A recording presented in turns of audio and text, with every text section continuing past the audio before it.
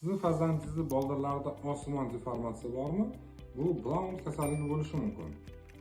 Brown kasalligi bu boldirlarning osmon deformatsiyasi yoki varusli deformatsiyasi bo'lib, boldir suyaklarining torsiyasi o'z atrofida aylanishini birgalikda kechadi. Bu asosan nafaqat oyoqlarning qiyshayishi, balki ularning kaltalashishi, oyoqlardagi yassi oyoqning yuzaga kelishi, oyoqlardagi og'riqlarni keltirib chiqarishi mumkin. Bu kasallikning erta hamda kechki turlari bo'ladi. Erta turi 1-3 yoshli bolajonlarimizda ko'proq uchraydi. Kechki turlari esa bu 6 yoshdan so'ng uchraydi. Bu kasallikning asosiy sababi vitamin D yetishmovchiligi, farzandimizning yoshga to'lmasdan erta yurib ketishlari, shundan birgalikda ortiqcha vaznlar yuzaga kelishi mumkin. Bu kasallikni davolash uchun ortopedik tartibga rioya qilishimiz zarur.